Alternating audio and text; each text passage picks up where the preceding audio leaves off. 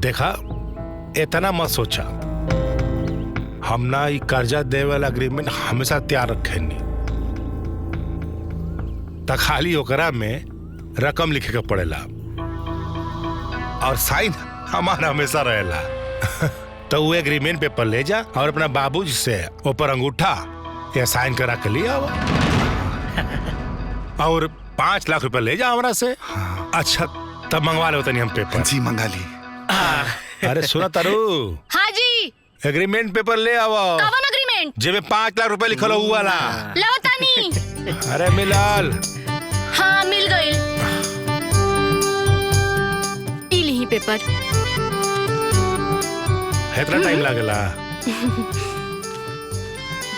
तो हाय देखा हाय चंदन है 5 लाख रुपए लिखल बा में। हाँ है हमार साइन बा, जहाँ हमार साइन बा वही अपना बाबूजी के साइन करा के ले आइया, या अंगूठा लगा के ले आइया। हाँ जी 5 लाख ले जाइया, लेकिन बढ़िया से बिजनेस करी है। हाँ ठीक बा।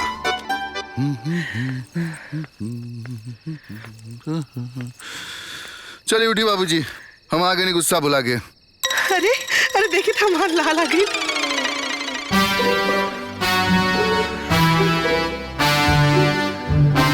आगे ले बेटा तू। हाँ? आगे तो नटक दियो। आए के चक्कर में ना खुद दे कुछ खैलू ना हम लोग के कुछ खा के देलू। हाँ? अरे वो सब छोड़ी बाबूजी, इली फटाफट एकरा ऊपर साइन करी।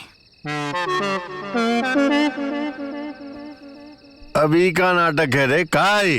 अरे खेत के एग्रीमेंट बाबूजी, हम सारा खेत प्रधान जी लगे गिरवी रख रहल बानी और उनकरा से 5 लाख रुपया सूद पर ले रहल बानी और पैसा ले जाके हम गुलू सेठ के दे देव और उनकर भट्टा में हम पार्टनर बन जाई। होकर बाद का तोहार लाल बन जाई करोड़पति और वो पैसा हम प्रधान जी के चुका के पूरा खेत वापस ले लेब और 10-20 बीघा खेत और ले लेब और घर के तोड़वा के हैजा 2 मंजिला मकान बनवाई। अभी तर बड़का बड़का टीवी, बड़का बड़का फ्रिज, सोफा, एसी सब लगल रही और घर के बाहर 4 चक्का बड़का फॉर्च्यूनर लागल रही। तू लोग के तो बस खाली चारों धाम की यात्रा करवाई। कैसा लगल हमारा आइडिया बाबूजी? हो गई? हाँ हो गई। और कुछ? ना बस साइन कर दी। ए बेटा घरे जो भित्री चुआ हमारे के दवाई रखल होई लेके आजो अपना मतारी के हमरा दोनों के खिया दे। हमने दोनों मर जाए ना तो हमरा लाश से अंगूठा लगवा लिए रे। ए माई तू ही समझावा ना, का उल्टा पुल्टा बोल रहल बाड़न। अरे का गाता नहीं रहुआ, आखिर चंदन हमारे को बेटा बा। हाँ। जोन कह रहल बा कर दीना साइन। होश में बारू तू। होश में तो रहुआ नहीं खे। कह रहल बानी ना कि चुपचाप साइन कर दी, ना तो अंदर जोन जहर रखल बना वो हम खा जाए।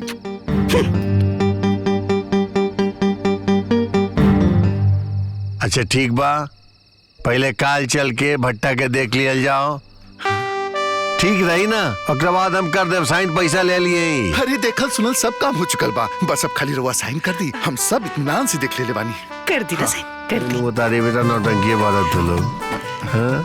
काले नौटंकी रे, और कुछ बचल बा ना तो वो लेकर के गिरवी रख के कमा ले। अरे बाबूजी। खा के देबू। चलिए चलिए चलिए चलिए। अरे तू ही तो हमारे खुदा जैसे माही बाड़ू। चला चल बड़ा भट्टा बहुत प्रणाम सेठ जी। पैसा लेके आ गए नहीं? दे रे। देखा हिंदी तू आ गेला पार्टनर। हाँ वाह पार्टनर, का कहल जाला इंग्लिश में? ब्राइट ई टू दो घोला। उहे ए मुनीम जी, आज से इहो तोहर सेठ हवे। उठो बैठा चंदन, बैठा। सेठ जी, हम इसे माए बाबूजी के खुशी और सपना पूरा करे खातिर कर रहल बानी। अरे तो टेंशन मत ला, समझ ला तू आज से करोड़पति बन गईला। करोड़पति बनाई। सुना, काल जोन माना सेठ वाला कपड़ा पहन के आवा। काले से हमनी के काम दोनों मिलके शुरू कर देल जाए। हाँ सेठ जी, कल से जी जान लगा के काम कल जाए। काहे कि ये पैसा हम बाबूजी के खेत गिरवी रख के प्रधान जी से सूद पे उठेले बानी। अरे तो पैसा कहाँ जाता? तू इतना पैसा कमेबा ना कि कम से कम 10 बीघा तो बाबूजी के खरीद के ऐसे ही दे देबा तू। ए सेठ जी, रउआ के पास कितना बीघा है सेठ जी? बीघा देख ले नहीं के बड़ा आदमी ऐसे रहेला। हाँ हाँ अच्छा। और सुना, एक के साथे साथे इतना पैसा कमेवा तू कि फॉर्च्यूनर से चल बा, फॉर्च्यूनर से। लेकिन सेठ जी रहुआ तो बोलेरो से चले नहीं। हाँ हाँ, वो तो शौके चले नहीं। अच्छा। और सुना, जा कहाँ सेठ जी? ऐस करा और काल जोन बटे आज ही काम पे। ठीक बस सेठ जी, चला चला। कई बजे आवे के बाद? 9 बजे। हाँ, ठीक बा, ठीक बा। बेगवा ले ली। अरे ना ना, उनकर तो पैसा छोड़ के जा। सेठ जी बन गईला, हमनी लखपति बन गईला।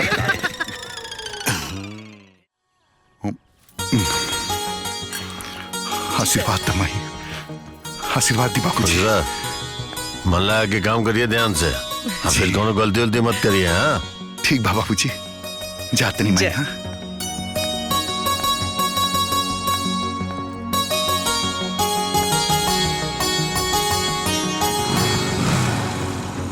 ठीक बा माई, जाते नहीं। हे तुलसी मैया, हमार बेटा के सफल बने।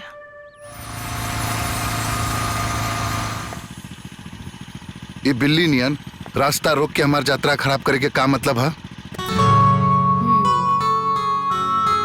हमरा से बात करे खातिर, हमरा के देखे खातिर, हमरा से मिले खातिर ना जाने कितना मजनू हमरा पीछे पागल बाड़न लो। का ना मैसेज कर लसन, फोन भी कर लसन, और हम तो तेरा प्यार में यहाँ खड़ा होके इंतजार कर रहल बानी।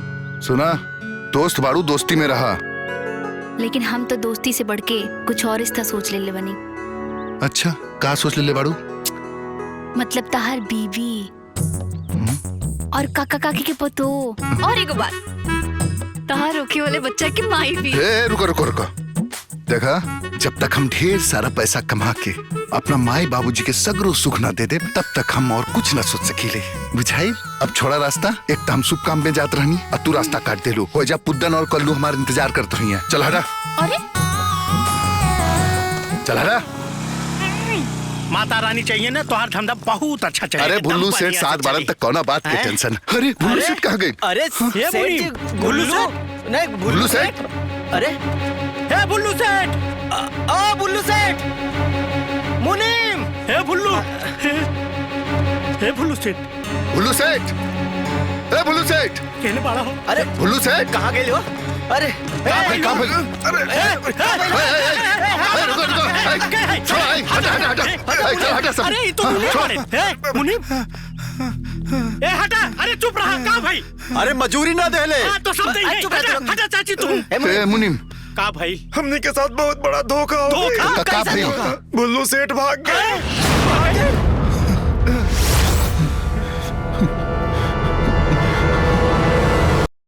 पूरा फिल्म देखे खातिर अभी डाउनलोड करी दंगल प्ले ऐप।